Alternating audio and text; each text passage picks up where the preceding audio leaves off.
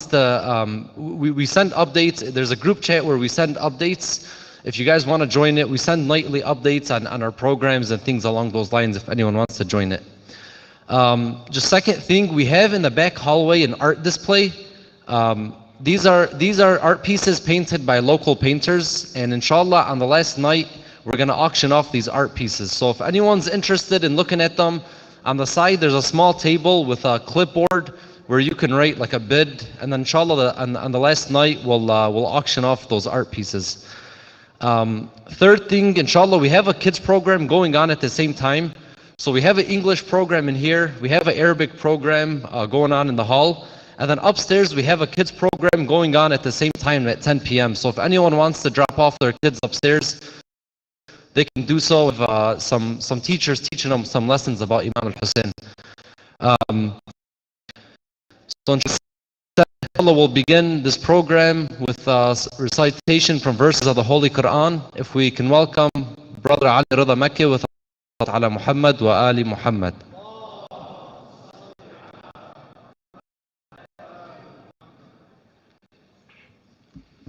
Assalamu alaikum wa rahmatullahi wa barakatuh. If you'd please, another salawat ala Muhammad wa Ali Muhammad.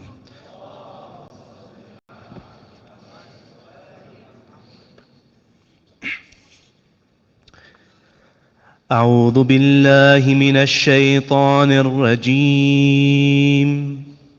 بسم الله الرحمن الرحيم. ياسين والقرآن الحكيم إنك لمن المرسلين على صراط مستقيم تنزيل العزيز الرحيم لتنذر قوما ما أنذر آباءهم فهم غافلون. لقد حق القول على أكثرهم فهم لا يؤمنون. إنا جعلنا في أعناقهم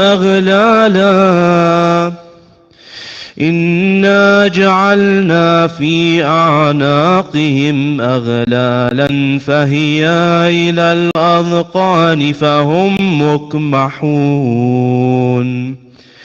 وجعلنا من بين أيديهم سدا ومن خلفهم سدا فأغشيناهم فهم لا يبصرون. وسواء عليهم أأنذرتهم أم لم تنذرهم لا يؤمنون. إنما تنذر اتبع الذكر وخشي الرحمن بالغيب فبشره بمغفرة وأجر كريم. إنا نحن نحيي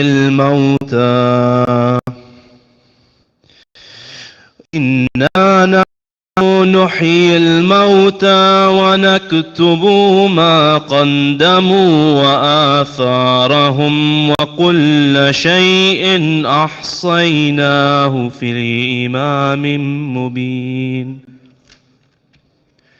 واضرب لهم مثلا أصحاب القرية إذ جاءها المرسلون إذ أرسلنا إليهم اثنين فكذبوهما فعززنا بثالث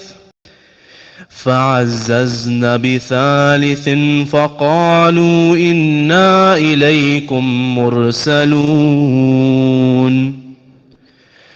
قالوا ما أنتم إلا بشر مثلنا وما أنزل الرحمن من شيء إن أنتم إلا تكذبون.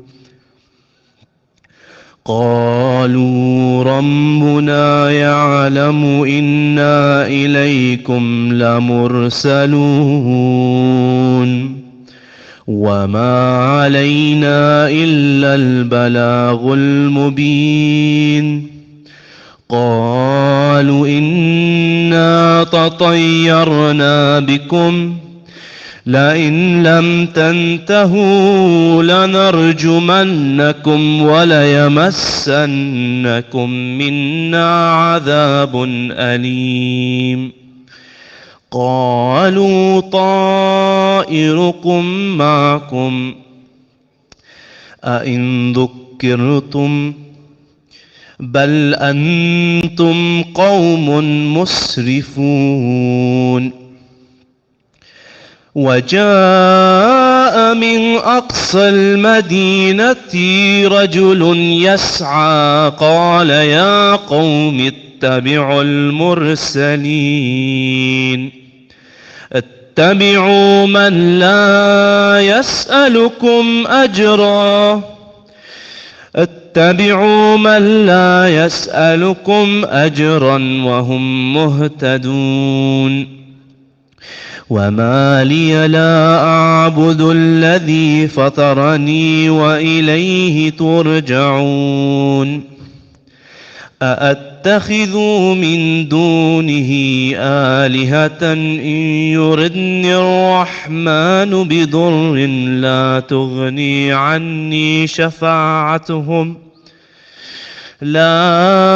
تغني عني شفاعتهم شيئا ولا ينقذون إني إذا لفي ضلال مبين إني آمنت بربكم فاسمعون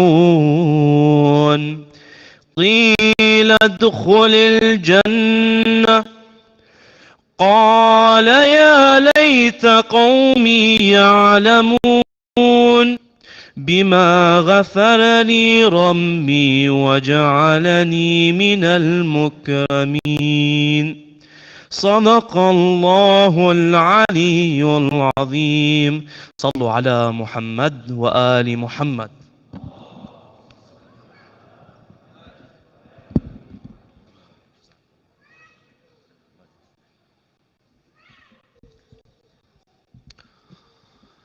Thank you, Brother Ali, for the beautiful recitation. Inshallah, tonight, Sayyid Ali Musawi will shed light on the topic for tonight, which is love, the only way forward.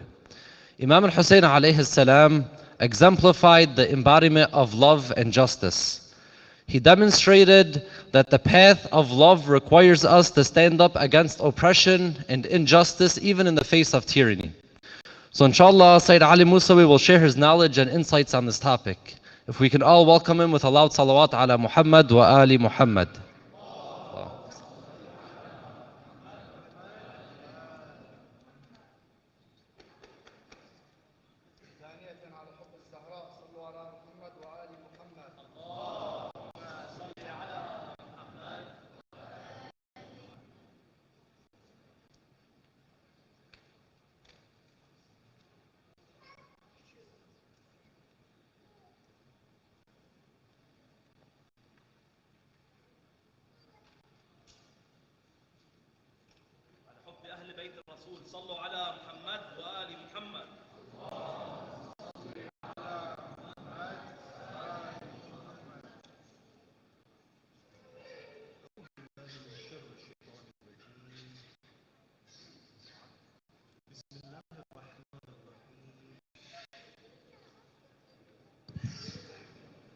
الحمد لله رب العالمين والصلاة والسلام على سيدنا ولينا أهل بيته الطاهرين صلوا على محمد وآل محمد اللهم صل على محمد وآل محمد بسم الله الرحمن الرحيم السلام ورحمة. We began our discussion the power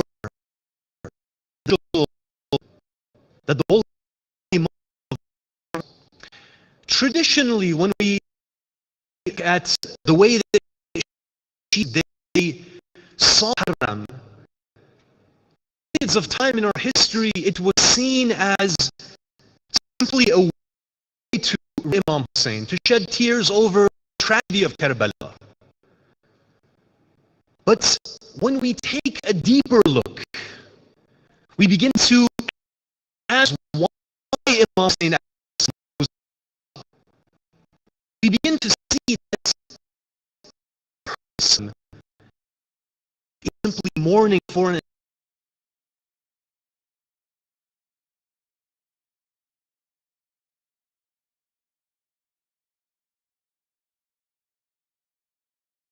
as we went over last night, during these times, Allah subhanahu wa ta'ala, He creates within us change and form in ways which are not as easy during the rest. That fire that Allah subhanahu wa ta'ala has created in the hearts of the believers, He's promised us, as long as you remain with the belief system, that fire is not going to be extinguished. That same fire is the fire which is going to give us the ability to change during the coming. The topic for tonight, dear brothers and sisters, we're going to take up this topic and we're going to continue with it. This is the topic. Imam Hussein alayhi salam. What do we find is the companion of the Imam. One of the things he denied is that they were operating on a very high level of love. The love we see Abdullah towards his companion, see from the companions towards the Imam. The love we see from the Imam and the companion towards the enemy. It becomes very clear that with a feeling that for many it's something that we're chasing, it's something that we're after. Open up this in Islam, ask the question that we're building a relationship with the Ahlul Bayt. When we are building a relationship with Allah, what are we basing that relationship upon? Things that we can build a relationship upon other than love. When we look at the religion of Islam, when we open up the pages of the Holy Quran that Allah has to humanity, one of the first things that is Allah subhanahu wa ta'ala is introduce himself in a unique way, in a way which maybe we wouldn't expect from someone so great, someone so powerful. But Allah, when He introduces Himself to us, He introduces Himself to Bismillahir Rahmanir Rahim. Interesting way for the Creator of the universe to introduce something that is so insignificant. Looking at a famous picture that was taken from the Hubble telescope. It's called the pale dot.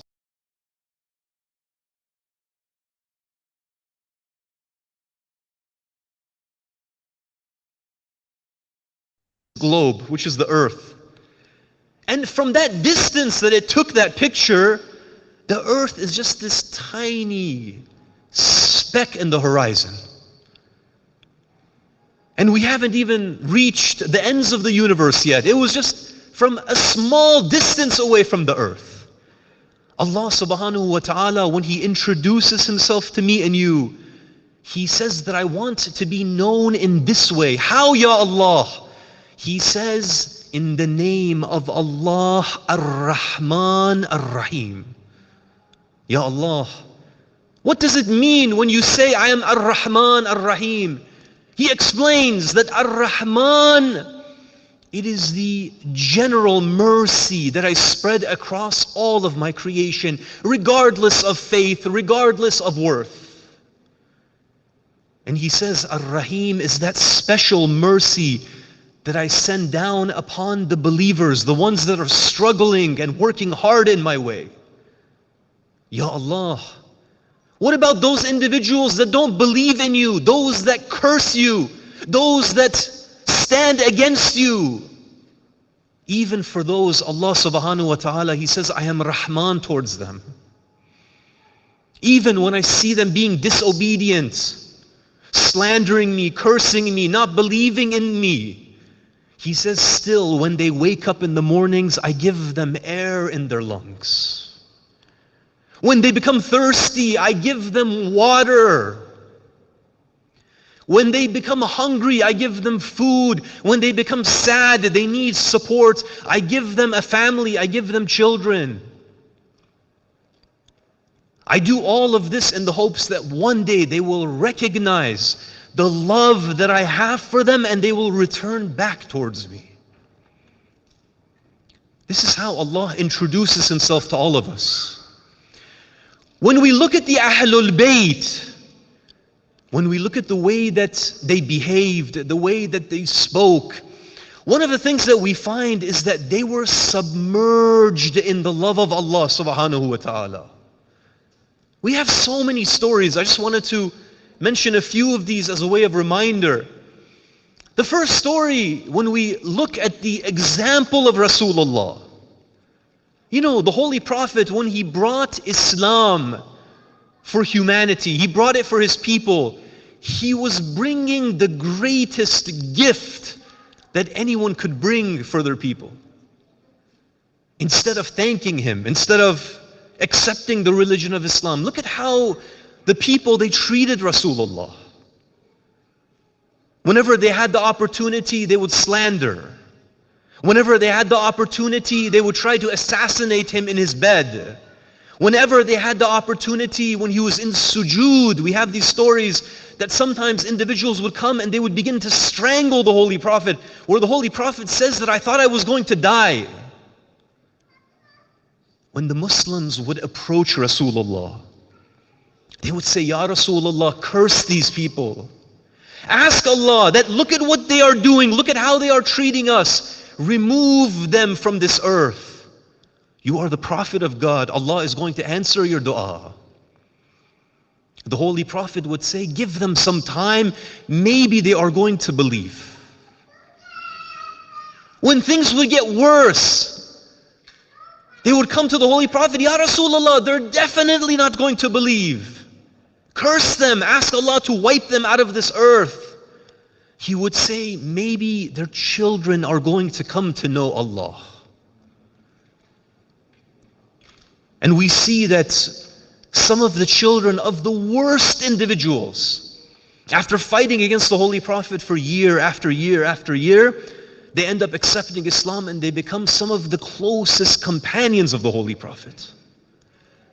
What causes a human being, of course the Holy Prophet is a human being, he is not an angel, he feels emotions, he feels hurt. What is it that allows someone like the Holy Prophet to behave in this way against the people that are behaving so horribly against him? My brothers and sisters, the only answer is that the love that the Holy Prophet was feeling for Allah, knowing the love that Allah was feeling for all of His creation, it was that love that He had which allowed Him to persevere and to push through all of the hurt that His people threw at in His way. Another story that we see from Amirul Mu'mineen, Ali ibn Abi Talib alayhi salam. Recite a salawat, please. Allahumma salli ala Muhammad wa ali Muhammad. One of the famous stories of Ali ibn Abi Talib is that after one of the battles, an arrow had struck the Imam and it had entered into the bottom part of the leg of the Imam. And you know, the arrows of that time, they had a quality that when they would enter into your flesh, into your muscle, you couldn't just pull the arrow out. What you had to do was you had to push the arrow through. And of course, as you can all imagine, it was extremely painful. Extremely painful. And when the companions, they surrounded Imam Ali alayhi salam, they were trying to remove this arrow from his leg, the Imam was in too much pain. And he wasn't able to endure that pain that he was feeling. Someone told the companions, wait until Ali is in the state of salah. Wait. When he is in the state of salah, then push the arrow through and see what happens. They said they waited. The time of salah arrives. Imam, he engages in salah. He's speaking to his Lord. And the companions, they begin to push that arrow through the muscle and the skin of Ali. They say that Ali didn't even feel the least bit of pain. That he was so engulfed in the love of Allah, what he was experiencing in that salah, what he was seeing in that salah, that he didn't feel even the least bit of that arrow as it was slicing through his flesh and through his muscles. What is this relationship that we are seeing between Amirul Mu'mineen and his creator? Imam Hussein alayhi salam, on the day of Karbala, again, he would tell these companions, oh my companions, these enemy forces, they don't want anything to do with you. Use this nighttime, use the darkness of the night, escape and take the hand of another of these individuals with you. If you leave, the enemy is not going to pursue you. You know how the companions would react? They would weep and they would cry just like a child weeps and cries when the father, the mother, they try to separate themselves from that child. They would say, Ya Imam, after all of these years that we have been with you, you want us to leave you here in the midst of these enemies. You want us to abandon you here. The Ashab, when we really look at the way that they felt towards the Imam, they were in love with the Imam. Because when they saw the Imam, what they saw was a divine manifestation of Allah. They were so deeply in love with Allah that when they saw the Imam, he reminded them of Allah. They couldn't come to separate themselves from the Imam. My brothers and sisters, we see story after story after story. When we look at the Ahlul Bayt, all of this love, all of this affection, and the question that we want to explore tonight is, why is it that when it comes to me, I don't feel what the Ahlul Bayt felt? Some people are going to say, well, that's because they are the Ahlul Bayt and we are not them. But we don't even feel 1% of what the Ahlul Bayt felt. Why? And sometimes a whole day can go by, a week can go by, a month can go by. I don't feel that loving connection between me and Allah. There's a disconnect. And I don't know why. I don't know what is happening. Of course, there's many reasons for why a disconnect can take place. Tonight, we're only going to open up one of these doors, one of these possibilities, so that perhaps during these nights of Muharram, we can, inshallah, maybe alter that relationship that we have with the Ahlul Bayt as well as with Allah subhanahu wa ta'ala. Recite the salawat, please. Allahumma salli ala Muhammad wa ali Muhammad. One of the things that we find is that the Ahlul Bayt have described that the relationship that we can have with Allah is different. Meaning that there are different types of relationships which are possible that a human being can have towards their Creator, with their Creator. In a famous tradition, Imam Sadiq alayhi salam, he mentions the following. What does he say? He says the worshippers are of three groups.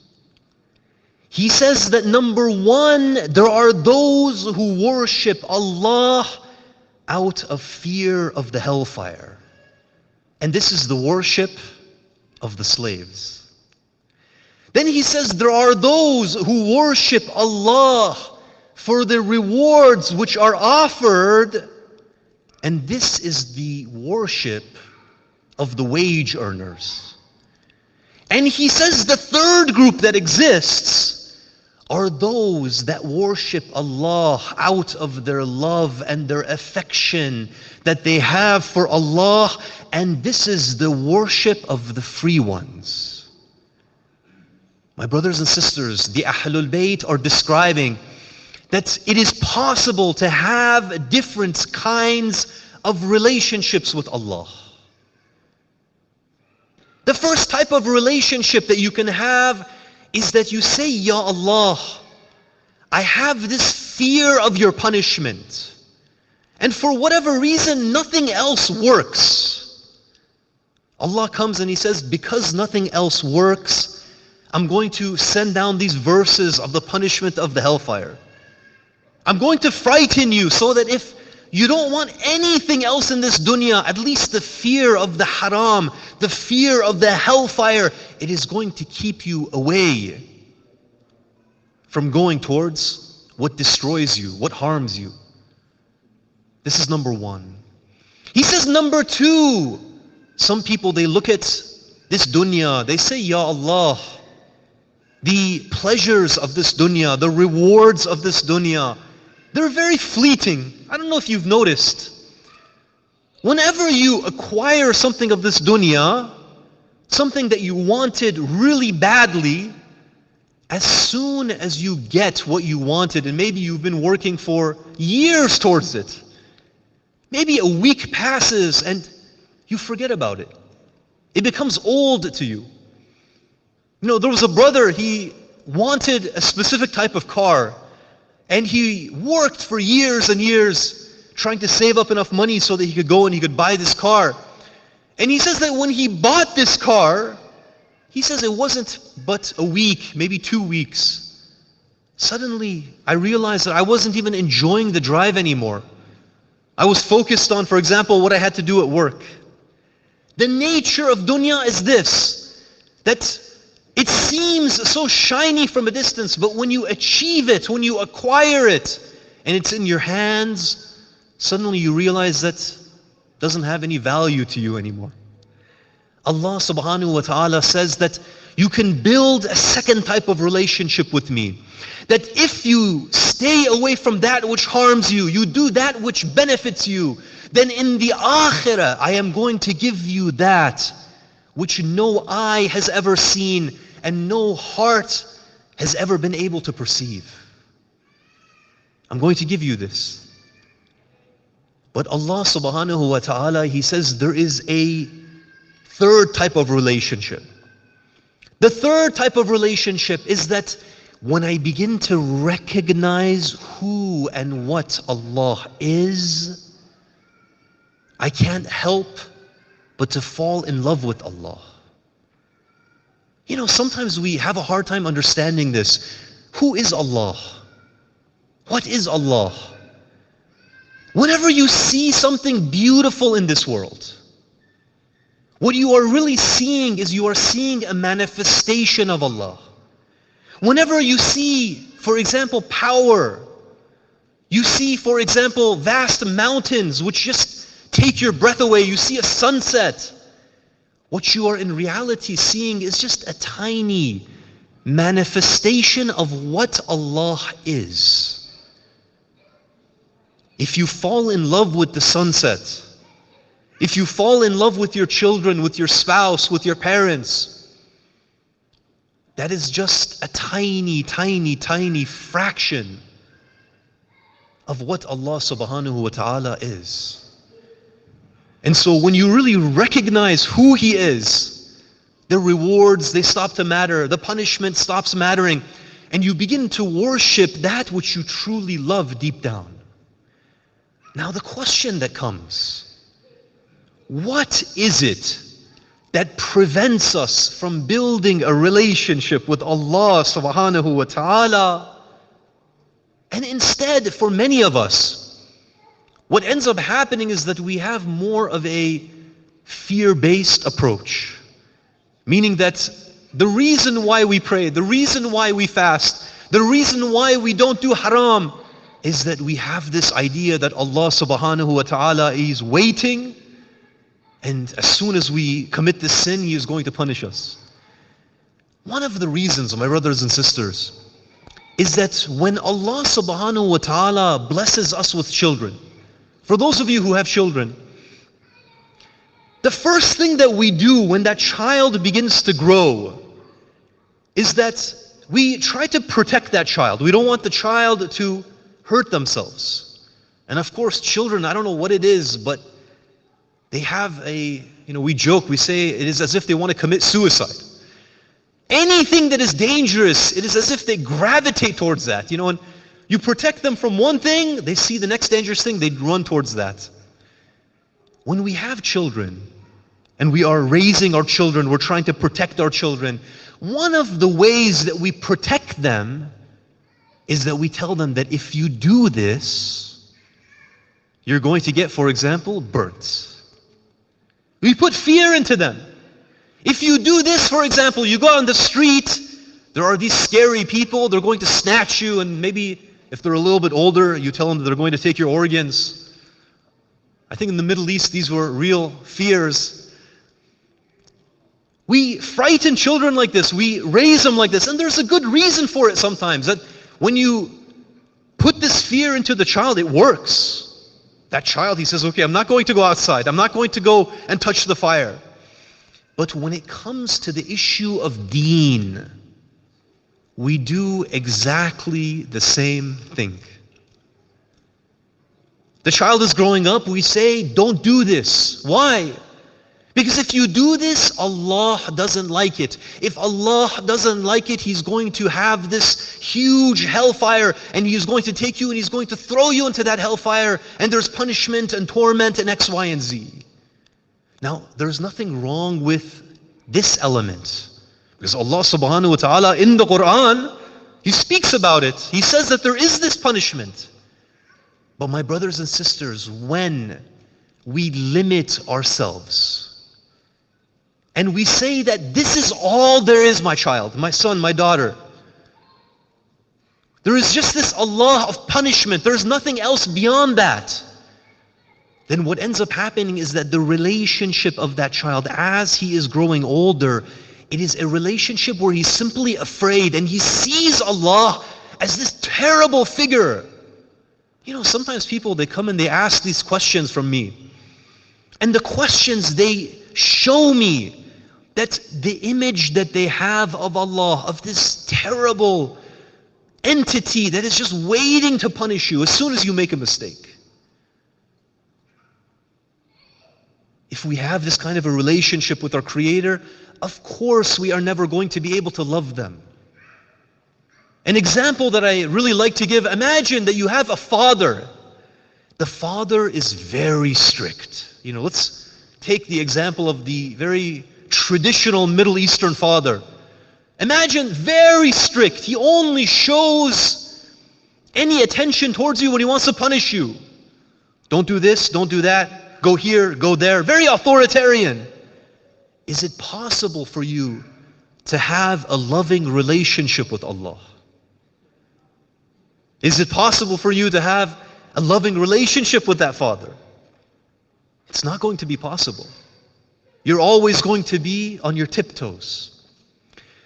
Now some people, they say, what is the difference between the fear-based approach and the love-based approach and the reward-based approach. Is there any difference here? My brothers and sisters, even when it comes to reaching the pinnacle of Iman, when we look at Imam Hussein alayhi salam, when we look at the companions of the Ahlul Bayt, we find that what allowed them to reach the level of Iman that they had, the level of sacrifice that they had, it was for the simple reason that they chose that loving relationship with Allah. I'm going to give you an example, make this a little bit clearer. Imagine that there are two distinct schools, and you want to put your kids into one of these two schools. The first school, all of the classes are pass or fail. And I'm sure you all remember those wonderful classes. In high school, in college, you would enter into the class, and you knew that the teacher didn't care about the class. You didn't care about the class. Nobody cared. Why? Because you had to do just the bare minimum in order to pass that class. This is the whole structure of the school. Then there's a second type of school, that in this school, they say we don't even have grades. What we're going to do though is we're going to teach you these subjects, and we are going to show you why you should fall in love with all of these classes. My brothers and sisters, when Friday night comes, which of these two students are going to be up studying? When Saturday night comes, which of them are going to be dedicating themselves to learning more, to going to the next level? Islam is exactly this. If we want to reach the highest of the levels, that which gets you up from that sweet sleep at 4 in the morning for Salatul Layl, for Quran, that which pushes you, I want to become the companion of Imam Hussein alayhi salam. I want to become the companion of Imam al-Hujjah. It is that love that you have for Allah and that love that you have for the Ahlul Bayt. For the one that does the bare minimum, they're going to say, Ya Imam, I know that you've come, I know that there is a movement, I know that there is a revolution, but I don't want to sacrifice. I'm happy with what I'm doing. Allah has said you're going to go to paradise. We're okay. The individual that operates based on reward, he's going to say, Ya Imam, I have such a good life here. And I have a good life in the akhirah. I don't want to leave this earth early. I don't want to join your movement. You see, you can be a good believer. And when the Imam of your time comes, you can say to the Imam, Ya Imam, I love you, but I'm not going to sacrifice myself alongside you. It is only those at the elite level that they become willing to sacrifice themselves with the Imam of their time. Here I wanted to end with just a really beautiful story. And it is the story of Abu Darda. Abu Darda, he was one of the very good companions of Rasulullah sallallahu alayhi wa alihi wa sallam. Recite salawat. Allahumma salli ala Muhammad wa ali Muhammad. Abu Darda, he narrates that one night I was walking to my home, and as I was walking to my home, he says that I passed by a palm grove. And when I was passing by the palm grove, he says, I heard a very strange sound. What was the sound? Abu Darda, he says that it was the sound of someone weeping. I could hear a very strange sound of someone crying and weeping. And you could hear that they were in a state of dua. They were in a state of munajat. Abu Darda, he says, I was pulled in by the sound of this dua, the sound of this weeping. It was as if it was pulling me in. He says, I began to move towards the sound. When I got closer to the sound, he says, I looked and I saw that it was Amirul Mu'mineen Ali ibn Abi Talib. He says, I saw Ali in a very strange state where he was pleading with Allah and he was reciting dua. And he says that I have never heard anyone praying and doing munajat in this way. Abu Darda, he's stuck. He's just watching this. He can't move away. He says, suddenly, I saw the sound got cut off. I see the figure of Ali, it just collapses into the ground. I looked at Ali. He says, I saw that Ali had fainted upon the ground. He says, I made my way through that darkness of the night. I went to the house of Fatima al-Zahra. He says, I knocked on the door of Fatima. Fatima opened the door. She says, what is it? He said that, Ya Fatima, what I saw was something that I have never seen in my life before. I saw Ali in the state of prayer, and he was praying in this way, and then I saw him faint and I saw him collapse. Do you know what Fatima al-Zahra says? She says that Ali, every single night, when he stands in prayer, when he is witnessing the greatness of Allah, the beauty of Allah, the grandeur of Allah, the magnificence of Allah, when he sees this, he faints. And this is something that happens every single night, over and over and over again. My brothers and sisters, during these nights of Muharram, we have an opportunity to revisit our relationship with Allah subhanahu wa ta'ala. What kind of a relationship do I have with you, Ya Allah? How can I improve my relationship with you, Ya Allah? How do I strengthen my relationship with those that you love, Ya Allah? These are the nights, the days, the hours, the seconds that Allah subhanahu wa ta'ala, He can open doors for us. Doors that maybe in other times of the year, they are not as easy to open. Inshallah, Allah subhanahu wa ta'ala will give us this tawfiq, and He will open our hearts, and we will reach a higher level in His eyes, inshallah. Sallu ala Muhammad wa ali Muhammad. Allahumma salli ala Muhammad wa ali Muhammad. Inshallah, I just wanted to mention a very quick musibah before we welcome Brother Ali Juma. One of the things that has been narrated to us is that the Holy Prophet, he wasn't the first to mourn over Imam Hussein alayhi salam. From what we know, many of the Anbiya, they learned about the sacrifice of Imam Hussein alayhi salam, and they would weep and they would mourn over him. And this was something which happened from the very beginning of human history with Prophet Adam, and it continued with all of the Anbiya. One of the stories that we have about the mourning of Imam Hussein alayhi salam, it is the story of the Prophet Zakaria. The Prophet Zakaria, he was one of the great prophets of Allah. And he was the caretaker who was in charge of taking care of Maryam, the mother of Jesus alayhi salam. It's been narrated that Zakaria alayhi salam, he was reaching a very old age. And when he was reaching this old age, he had basically become hopeless of having any children, of having any heirs. His wife had become infertile. He himself was an old man. He had given up hope.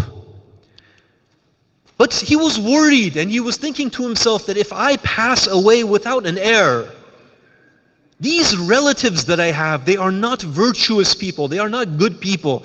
They are going to take advantage of the position of prophethood that I have.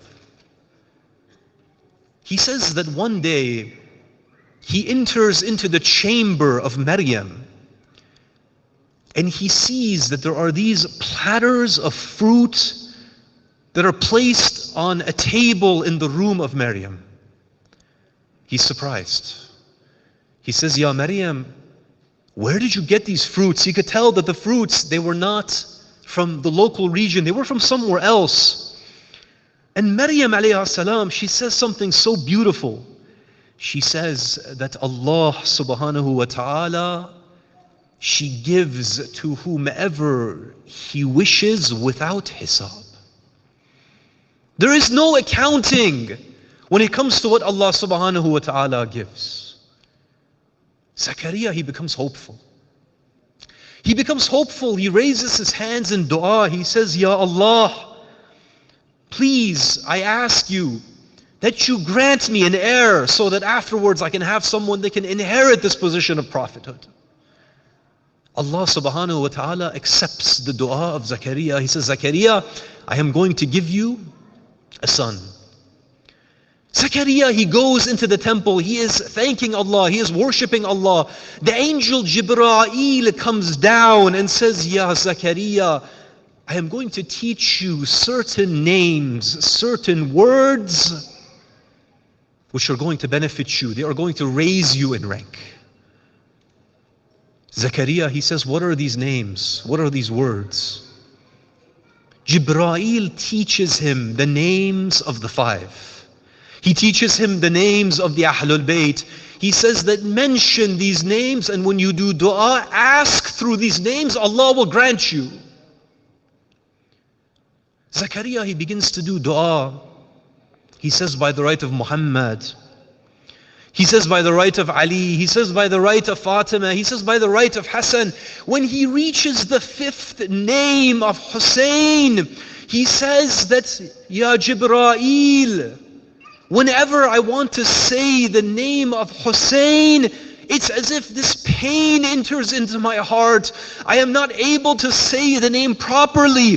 But when I say the other names of the rest of the Ahlul Bayt, I feel an opposite feeling. I feel this joy. I feel this happiness. What is unique about the name of this fifth individual? Jibreel, he begins to tell him that this is the name of Hussein. This is the name of the grandson of the final prophet, that after the holy prophet has passed away, Hussein is going to be slaughtered on the plains of Karbala. Zakaria is shocked. He says, Ya Jibreel, is this truly what is going to happen to the most beloved of the beloved of Allah, Rasulullah? Jibreel, he says that indeed this is what is going to happen, that he is going to be killed thirsty on the plains of Karbala, that he is going to be beheaded on the plains of Karbala, that his head is going to be paraded throughout the cities of the Muslim world, that his family members are going to be taken as captives. They are going to be shown before the eyes of the foreigners, of the strangers.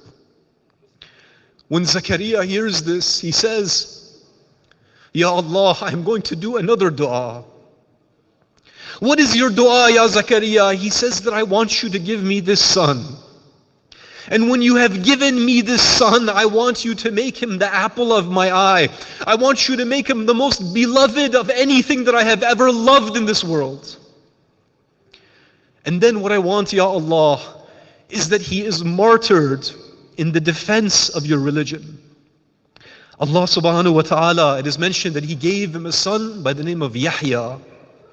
And that son Yahya, he was slaughtered in the same way as Imam Hussein alayhi salam. He was defending the religion of Allah, and the tyrants, they ended up slaughtering this beloved servant of Allah.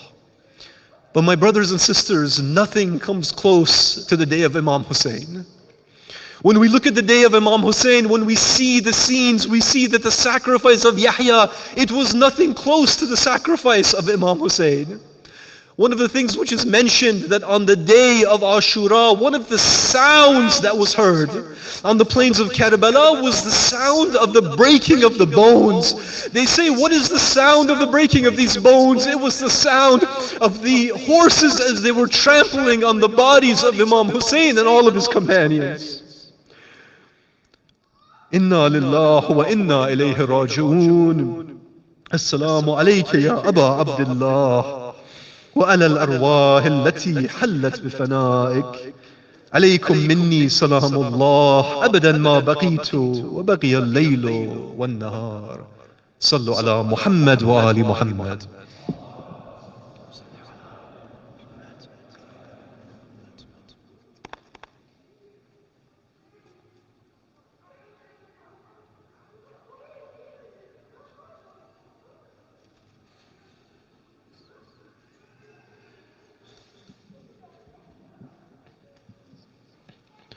صلى على محمد وآل محمد. ثانية على حب الزهراء صلى على محمد وآل محمد. ثالثة لتعجيل فرج مولانا صاحب العصر والزمن صلى على محمد وآل محمد. اللهم صل على محمد وآل محمد. Inshallah, a reminder before we enter into the majalis, that when we enter into the majalis of Abu Abdullah, we want to use these tears in this mourning and this grief to help transform our actions, inshallah, towards Allah subhanahu wa ta'ala through our wajib and haram and obedience to Allah subhanahu wa ta'ala. So they say that if you can't cry during a majlis or you have a difficult time, even putting your head down in grief, showing some sort of grief for Abu Abdullah, by putting your head down, inshallah, you get the same reward as if you were someone who cried. And then another reminder as well, before the masa'ib starts, before the majalis start, to do istighfar in those moments, those 10-15 seconds before the majlis starts. Turn back to Allah subhanahu wa ta'ala in these 10 seconds. Seek repentance for your shortcomings or any sins that you have before the majlis begins. So inshallah, this will also help shed tears. And one more reminder from one of the mystics. This is a way to reflect on the event of Karbala in order to shed more tears and connect with Imam Hussein alayhi salam. One of the ulama says every moment in Karbala should be a lesson for us. It's crucial for us to spend time reflecting on them. Imam Hussein did not give his life so that we should just cry and wail. He was martyred so that we may put our intellect to use. Meaning that we turn these majalis into action in our lives. Sallallahu ala Muhammad wa ali Muhammad.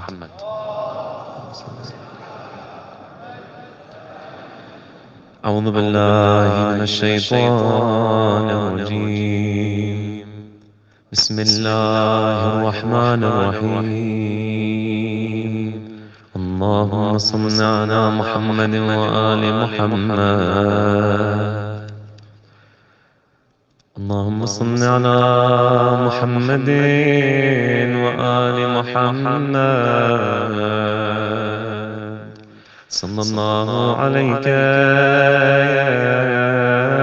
يا رسول الله. صلى الله عليك يا أبا عبد الله. صلى الله عليكم يا أهل بيت النبوة وموضع الرسالة ومختلف الملائكة. May Allah's peace and blessings be upon you, our beloved Holy Prophet, and the Ahl al-Bayt. It was in your homes that Allah blessed us with guidance and revelation, and upon you descend the angels day in and day out.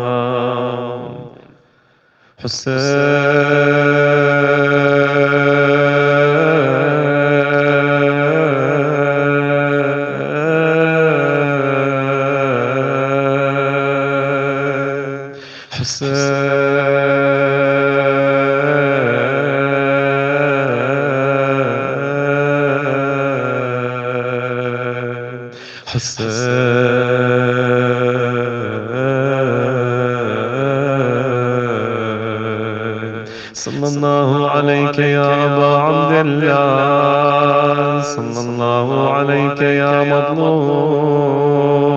صلى الله عليك يا أيها الشهيد في كربلاء. May Allah's peace and blessings be upon our beloved Imam al-Hussein, the oppressed Imam, the one who was slaughtered by the shores of the Euphrates, while his mouth was dry of thirst. Everyone together. Ya Habibi, Ya Hussein, Nur Aini, Ya Hussein, جميعا. Ya Habibi, Ya Hussein, Nur Aini, Ya Hussein. Our beloved Hussein, light of our eyes, Hussein. Ya Rahmatullahi al-Wasi'ah, Hussein. Oh, grand mercy of Allah, Ya Hussein. Brothers and sisters, tonight is the night dedicated to the departure of Aba Abdullah from Medina, the city of his grandfather Rasulullah. God help the heart of Aba Abdullah. These are the last moments. What would someone do in their last moments, leaving a city for the last time?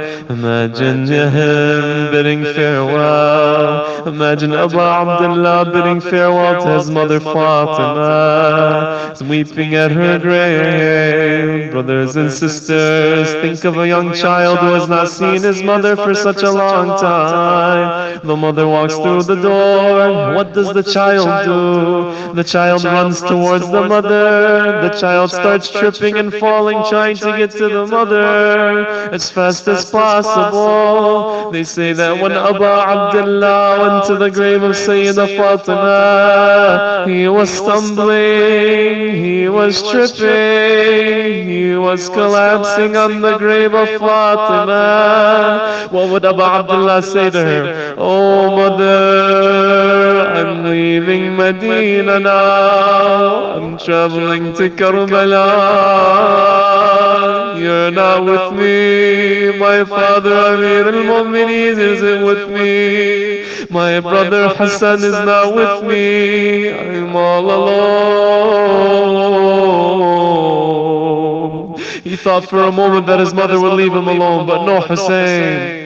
This is the heart of a mother. We can tell you, Ya Aba Abdullah, not only was she present with you in Karbala, she's present in every majlis that is recited on your behalf. After the Imam bids farewell to Sayyidah Fatima, it is said that he goes to the grave of Rasulullah, stands next to the grave of Rasulullah with a longing feeling and says, Ya Allah, this is the grave of your messenger Muhammad, and I am his grandson, and you are aware of what has happened to me. They say Aba Abdullah falls asleep at the grave of Rasulullah. The narrations say that Imam Hussein dreamt that Rasulullah, along with the angels surrounding him, approached Aba Abdullah and kissed him on his forehead. Rasulullah then said, Habibi Hussein, my beloved Hussein, I see you slaughtered on the land of Karbala by a group of my ummah, and you are thirsty and forbidden from a single drop of water. They wish for my intercession, but by Allah they will not have it.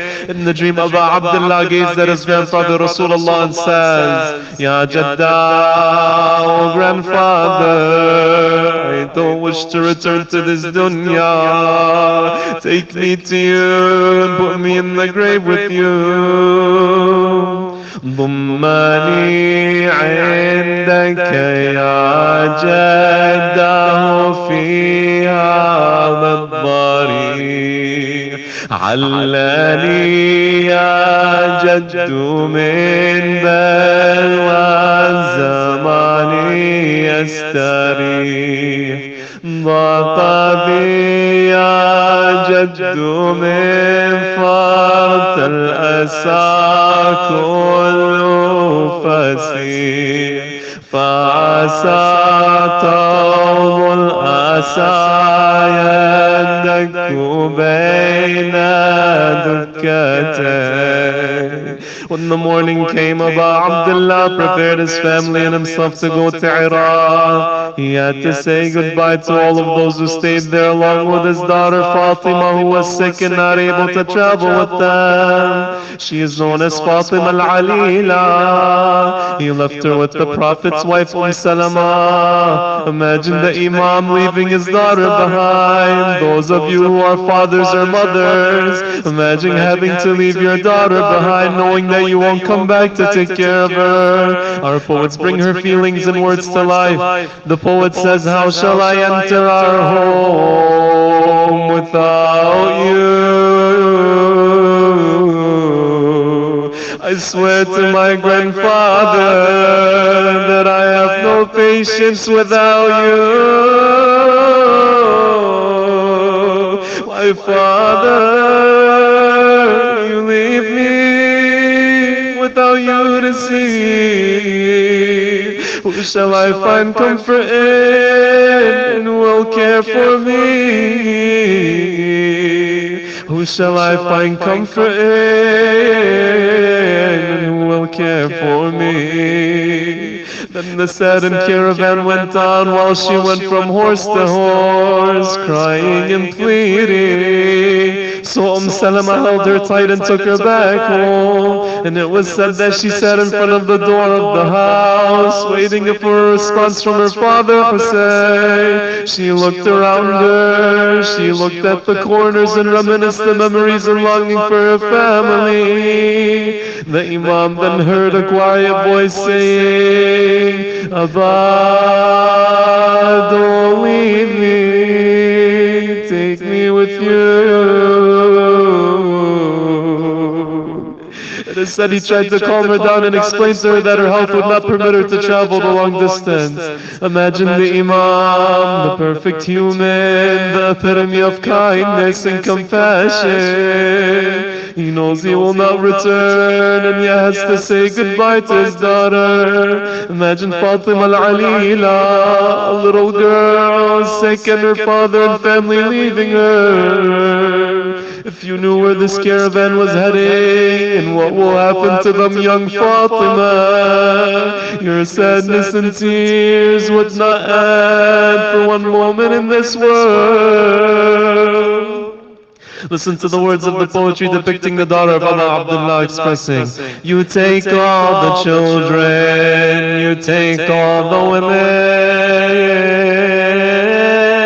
so why did you leave me, leave my heart broken? You leave me alone here, you leave me with my tears, and leave my heart broken. I wake up to find you have left, oh Father. My tears drip down and they flow like a river. Please come back, I ask you by our Creator. I have never been away from you ever. I miss your scent and kiss, O son of Haidar. And my name is the sweet name of your mother. You have given me this name, and you I do not blame. Your mother, she loved you, and my love is the same. Your words I want to hear. You leave me with my tears and leave my heart broken.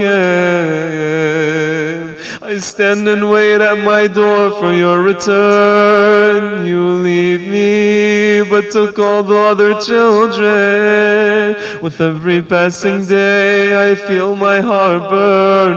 I long to kiss you, your warmth is what I yearn. You were my rose, my flower, and my vision. Without Hussein, to whom I left to turn, you took with you my brothers, sisters, and all. I wish the skies both day and night on me fall. Your mother cried between the door and the wall. My father, I cry out to you the same call. I cry when Shimmer over your neck stands tall. I shed tears when Zainab cries in Yazid's hall. I cry when the arrows make my father's blood flow. They take Hussein away, leave me with his shadow, and leave my heart broken. Wa Husseina ya Wa Husseina wa ghariba ya wa shahida. Everybody together, jami'an, jami'an. Everyone send your salams to the Imam. Ya Husseina حسينا سلام من قلوب أنت فيها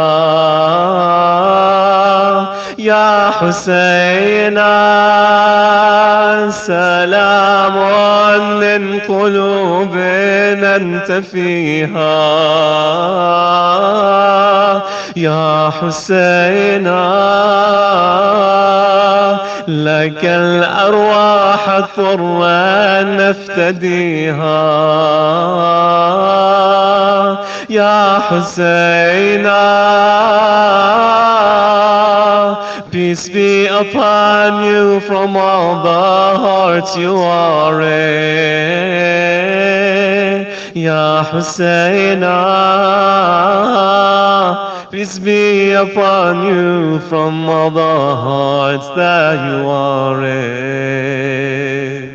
لا حول ولا قوة إلا بالله العلي العظيم وسيعلم الذين ظلموا على بيت محمد أي منقلب ينقلبون والعاقبة للمتقين. To Allah we belong and to Him is our return, and soon the oppressors will know what change their affairs will take, and the end times will be for the righteous. Ya Allah, in the name of Hussein, by the right of Hussein, by the thirst of Hussein, Ya Allah, we ask you to forgive our sins. We ask you to allow us to shed tears and make a change through these majalis. We ask you to give us a good end on the path of truth. We ask you to fill our hearts with the love of Muhammad and the family of Muhammad. We ask you to cure our sick ones and forgive our deceased, Ya Allah. We ask you to bring victory and relief to the oppressed around the world, specifically in Palestine and those that are getting attacked, Ya Allah. We ask you to bring victory and relief to the oppressed around the world, and we ask you to hasten the return of our master Imam Sahib al